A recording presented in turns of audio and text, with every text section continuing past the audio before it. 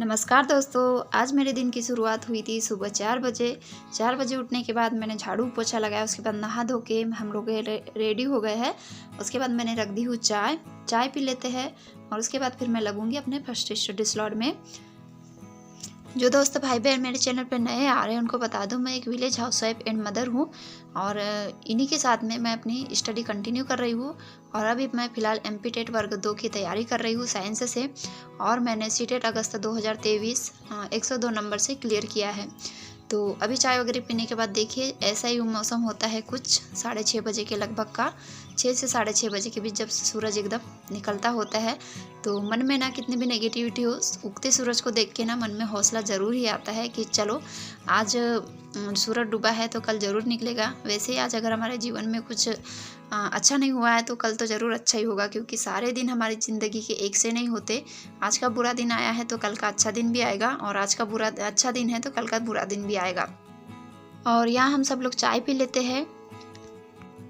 और मेरे बेटी की अभी एग्ज़ाम चल रही है तो अभी उसको 2 पेपर बचे हुए हैं। तो आज एक पेपर होगा और सैटरडे को एक पेपर है, फिर उसकी भी एग्ज़ाम ख़त्म हो जाएगी। तो यहाँ चाय वगैरह पीते तक अभी समय हो रहा है 6 बजने को है। तो 6 बज ही रहा है तो मेरा जो फर्स्ट स्टडी स्लॉट होता है वो मैंने टारगेट रखा है 6:30 बजे से मिनिमम 7:30 बजे तक, मैक्सिमम 8 बजे तक मैं करूँ करके 1 से 1.5 घंटा तक। क्योंकि जो सुबह की पढ़ाई होती है वो बहुत ही एनर्जेटिक पॉजिटिविटी के साथ होती है। सुबह के टाइम किसी चीज़ का टेंशन नहीं होता है ना किसी मतलब काम का कि मुझे ये करना है करके, क्योंकि जो हमारा टारगेट फिक्स होता है उस टाइम पे हम कर ले तो फिर हमारे जो काम है वो भी आसानी से होते रहते हैं।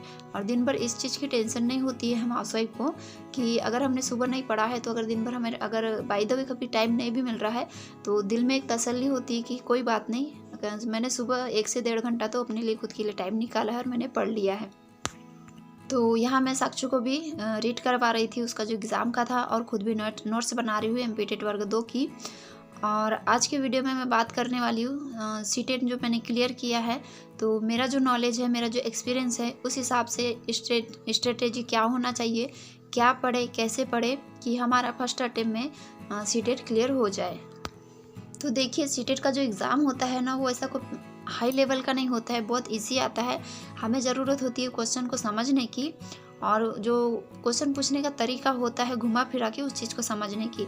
अगर हमारा कंटेंट क्लियर है तो हम किसी भी तरह से पूछा गया वो क्वेश्चन उसको हम बना ले जाते हैं। वही है ना, कान को चाहे आगे से पकड़ो चाहे पीछे से पकड़ो, पकड़ना कान को ही है। तो उसी प्रकार से हमें क्वेश्चन में जो पूछा गया है, क्वेश्चन में जो कंटेंट है उसी को निकाल के उसका आंसर बनाना होता है। तो अभी सीटेट शायद जुलाई में होने वाला है, तो अभी हमारे पास 2.5 से 3 महीने का समय है। तो सबसे पहले ज़रूरी चीज़ वो ये होगी कि सीटेट के लिए सबसे इम्पोर्टेंट चीज़ होती है एनसीईआरटी की बुकें पढ़ना। अगर आप सीटेट फर्स्ट पेपर दे रहे हैं तो आपको जो ईवीएस के लिए है 3rd to 5th तक की ईवीएस आपको पूरी पढ़ लेना है। उसके साथ ही में किसी भी टेट एग्ज़ाम के लिए, चाहे वो सीटेट हो या स्टेट लेवल के टेट हो, उसके लिए सबसे ज़रूरी होता है अपना जो सीडीपी होता है एंड पेडोलॉजी। तो सीडीपी जब तक आप पूरी तरीके से समझेंगे तब तक आपको क्वेश्चन सॉल्व नहीं कर पाएंगे आप। तो अगर आपकी सीडीपी पूरी अच्छे से कंप्लीट है ना तो आपके 90 नंबर तो ऐसे ही मतलब फिक्स हो जाते हैं। तो आपको टारगेट ये बना के चलना है कि 1 महीने में कम से कम सारी एनसीईआरटी बुक पढ़ ले जो अपना सब्जेक्ट है उस हिसाब से। और फिर जो पेडोलॉजी के लिए होता है एंड सीडीपी के लिए होता है तो आप यूट्यूब पे सर्च कर सकते हैं। वैसे तो इसके सीटेट के जो किंग है सचिन अकेडमी वाले सचिन सर, वो बहुत अच्छे से सीडीपी पढ़ाते हैं।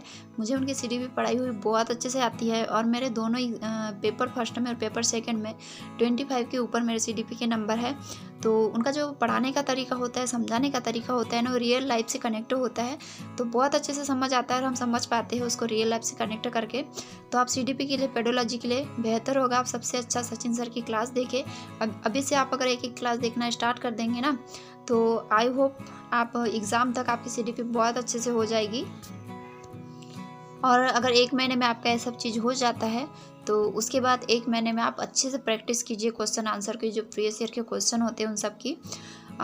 ये सब ना आपको बायजूस प्रिपरेशन ऐप पे आपको ये सब फ्री में मिल जाएगा। जो प्रीवियस ईयर के क्वेश्चन होते हैं, मॉक टेस्ट होते हैं, तो आप प्रीवियस ईयर के क्वेश्चन ना वहीं से, मेरे ख्याल से मैंने वहीं से लगाए थे बायजूस प्रिपरेशन ऐप से। तो वहाँ पे फ्री में अवेलेबल होते हैं प्रीवियस ईयर के क्वेश्चन 2011 से लेके अभी 2023 तक पूरे क्वेश्चन वहाँ पे अवेलेबल है। तो आप 1 महीने तक ज़बरदस्त प्रैक्टिस कीजिए कि किस तरह के क्वेश्चन आए हैं, कैसे पूछे गए, उनका लेवल क्या है, पूछने का तरीका क्या है, ये सब करके। और अगर आप ये सब चीज़ें समझ जाते हैं ना, किस टाइप का पूछा गया कंटेंट, किस तरीके से क्वेश्चन पूछा गया है, तो बाकी जो 1 महीना बचेगा उसमें आप पूरे तरीके से मॉक टेस्ट लगाइए।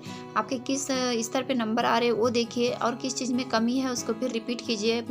आप कौन से टॉपिक में वीक है, आपसे कौन सा टॉपिक नहीं बन रहा है, कौन सा टॉपिक बहुत अच्छे से बन रहा है, कौन सा टॉपिक थोड़ा कम बन रहा है, इस तरीके से आप खुद को एनालिसिस कीजिए मॉक टेस्ट देने के बाद।